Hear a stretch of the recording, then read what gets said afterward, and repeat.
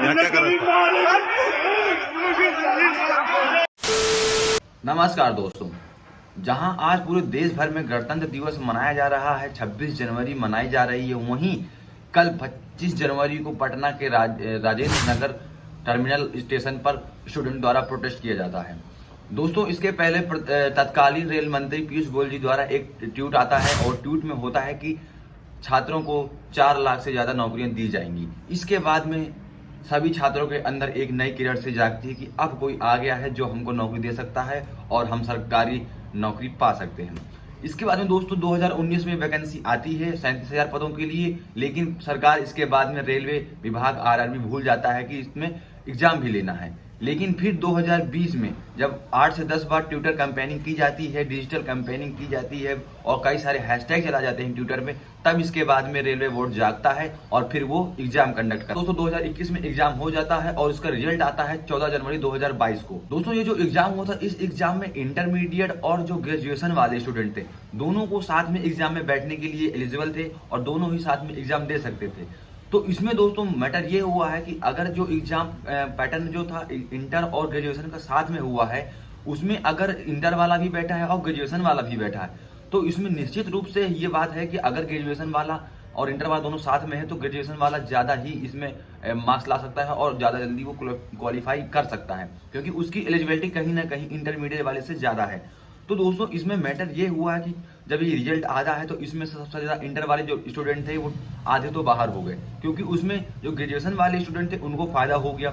अगर एग्जाम का जो पैटर्न होता है अगर वो इंटरमीडिएट के लेवल का बनता है तो भी उसमें ग्रेजुएशन वालों का फायदा है, और अगर ग्रेजुएशन लेवल का बनता है तो इंटरमीडिएट वाले तो उसमें कुछ कर ही नहीं सकते। इसके बाद में दोस्तों जो उसकी कट ऑफ गई एग्जाम की, उस एग्जाम की कट ऑफ में ग्रेजुएशन वालों की जो कट ऑफ गई है वो 73-76 नंबर गई है, और जो इंटरमीडिएट वालों स्टूडेंट की कट ऑफ गई है वो 96 नंबर गई है। 100 मार्क्स में से 100 में से 96 इंटरमीडिएट वालों की कट ऑफ गई है। और इसमें जो दोस्तों पोस्ट आई थी वैकेंसी के अंतर्गत जो पद आए थे, उसमें से जो इंटरमीडिएट वाले थे उनके लिए एक लिमिटेड पोस्ट रखी गई थी, लेकिन जो ग्रेजुएशन वाले स्टूडेंट थे उनके लिए सारी पोस्ट अप्लाई कर सकते थे, वो किसी भी पोस्ट में अप्लाई कर सकते थे। इसको लेकर के दोस्तों देश भर में कई जगह प्रोटेस्ट हुए। पटना के राजेंद्र नगर टर्मिनल स्टेशन पर प्रोटेस्ट भारी मात्रा में देखने को मिला, और वो प्रोटेस्ट इस प्रकार से था कि 78 नंबर रहते हुए रिजल्ट नहीं दिया एनटीपीसी में। बताइए कौन सा नियम रेलवे बोर्ड लाया है? बताइए, हम इस रेलवे बोर्ड से पूछना चाहते हैं। बात आती है चुनाव कराने की या फिर बात आती है जब एग्जाम लेने की, तो एग्जाम में देरी पर चुनाव में देरी नहीं। क्यों? क्योंकि वो उनका अपना काम है, तो अपना काम में कोई देरी नहीं चाहता है।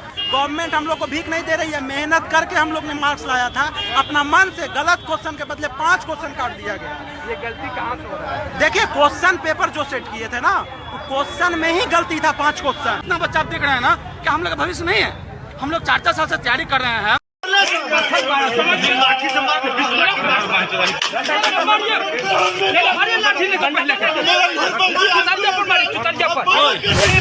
बता रहे हैं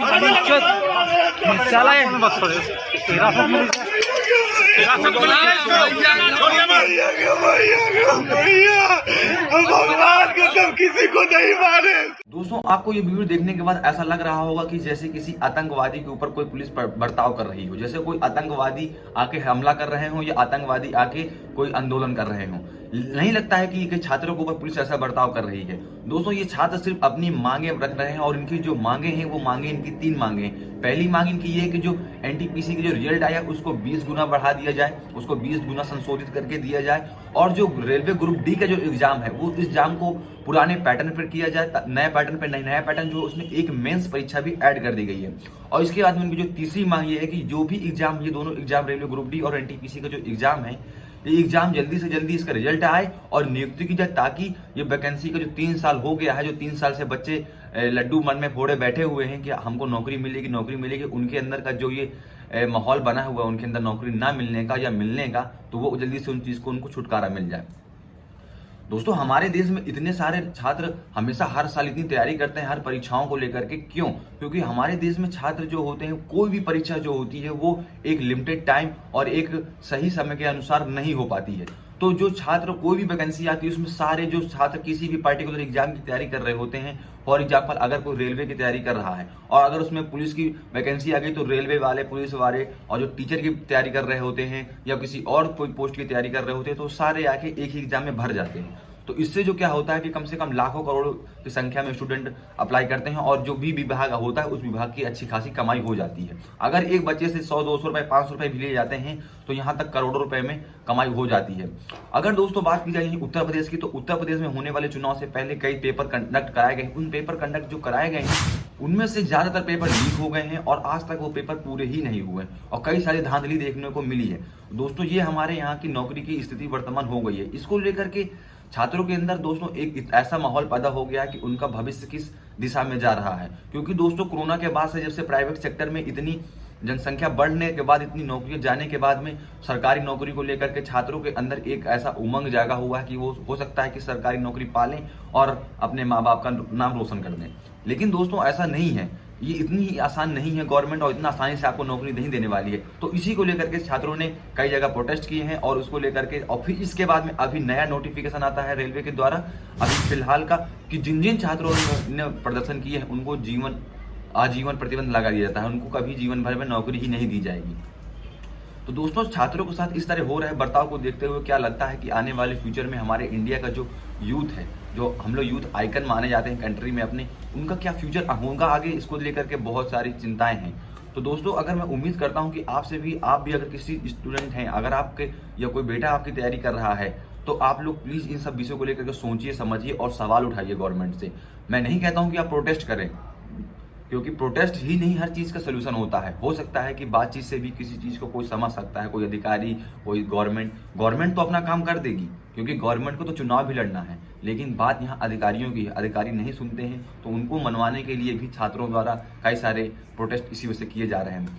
तो दोस्तों उम्मीद करता हूँ कि आने वाले समय में हमारे भारत में स्थिति सही होगी, लेकिन हमारे भारत में इतनी आसानी से स्थिति सही हो जाए ऐसा नहीं कह सकता है, क्योंकि दोस्तों हमारे भारत में इतनी बेरोजगारी हो गई है। ये बेरोजगारी का आंकड़ा जो आपको दिखाया जाता है, आप गूगल में सर्च मार लेंगे कि what is unemployment rate in India, तो आपको मिल जाएगा 7-8% का। लेकिन दोस्तों ये 7-8% सिर्फ एक आंकड़े होते हैं। हकीकत में जो जमीन स्तर में उतरते हैं, जब लोग वहां देखते हैं कि बेरोजगारी इतनी भारी संख्या में भरी पड़ी है कि आप कहीं भी किसी भी सेक्टर में जाएं, किसी भी विभाग में जाएं तो वहां पे आपको किल्लत ही मिलेगी, मारा पीटी ही मचेगी स्टूडेंटों के बीच में और उनके साथ में, उनके फ्यूचर के साथ में हमेशा खिलवाड़ होता रहता है। नेता सिर्फ अपना जो उनका चुनाव होता है उस चुनाव को लेकर के अच्छी अच्छी बातें बोल देंगे और हर नेता आएगा और अपने मुद्दे में नौकरियों का जरूर बात बोलेगा कि मैं नौकरियां दूंगा, क्योंकि उनको पता है कि युवकों को सिर्फ नौकरी से मतलब है, उनको किसी भी तरीके से किसी चीज के मतलब नहीं। अगर उनको भड़काना है, अगर उनको अपने पक्ष में लाना है तो उनके लिए नौकरी के लिए बोल दो, और अगर उस नौकरी के मुद्दे को भी छुपाना है तो उसमें धर्मवाद को बीच में ले आओ, हिंदू मुस्लिम कर दो, इस तरह करके बहका के छात्रों को और वोट ले लो। इसके बाद में 5 साल आराम से गद्दी में बैठ के और एसी की हवा खाओ, बाकी बच्चे 5 साल प्रोटेस्ट करते रहें, उनको कोई मतलब नहीं है। तो दोस्तों ये हमारे यहाँ का लोकतंत्र है। आज 26 जनवरी है, उम्मीद करता हूँ कि आप लोग अच्छे से जश्न मना रहे होंगे। आज ही के दिन हमारा संविधान लागू हुआ था 26 जनवरी 1950 को।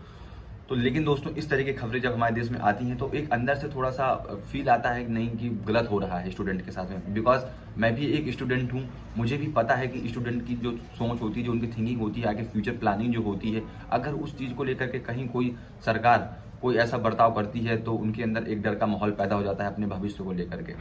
तो चलिए दोस्तों, उम्मीद करता हूँ कि आप लोगों को वीडियो पसंद आई होगी और आप लोग प्लीज़ किसी भी तरीके का कोई ऐसा भी प्रोटेस्ट ना करें जिससे कि आप लोगों के ऊपर कोई कानूनी कार्रवाई की जा सके। अभी फिर हर खबर आई है कि 500 से ज़्यादा छात्रों के ऊपर FIR दर्ज भी की जा चुकी है और उनके ऊपर ऐसा बर्ताव हो रहा है, देख के नहीं लगता है कि वो पुलिस स्टूडेंट के ऊपर बर्ताव करे। ऐसा लग रहा है बहुत ही अपराधी हो, उन्होंने कोई संज्ञेय अपराध किया है जिसके लिए उनके ऊपर ऐसी कार्रवाई की जा रही है। तो दोस्तों आप लोगों से प्लीज़ उम्मीद है कि आप लोग अगर कोई वीडियो मेरी देख रहे हैं, आपको अगर इस विषय में किसी की कोई परफेक्ट जानकारी हो, आप किसी से बात करके किसी की कोई बात आगे बढ़ा सकते हैं तो प्लीज़ आप लोग आगे बढ़ाएं। और जो ये छात्र प्रोटेस्ट कर रहे हैं इनका कोई ना कोई प्लीज़ सोल्यूशन निकालने की कोशिश कीजिए, क्योंकि ये हमारा इंडिया है और हमारे इंडिया जो एक यूथ आइकन कंट्री माना जा रहा है तो उस यूथ आइकन कंट्री को बर्बाद ना होने दिया जाए।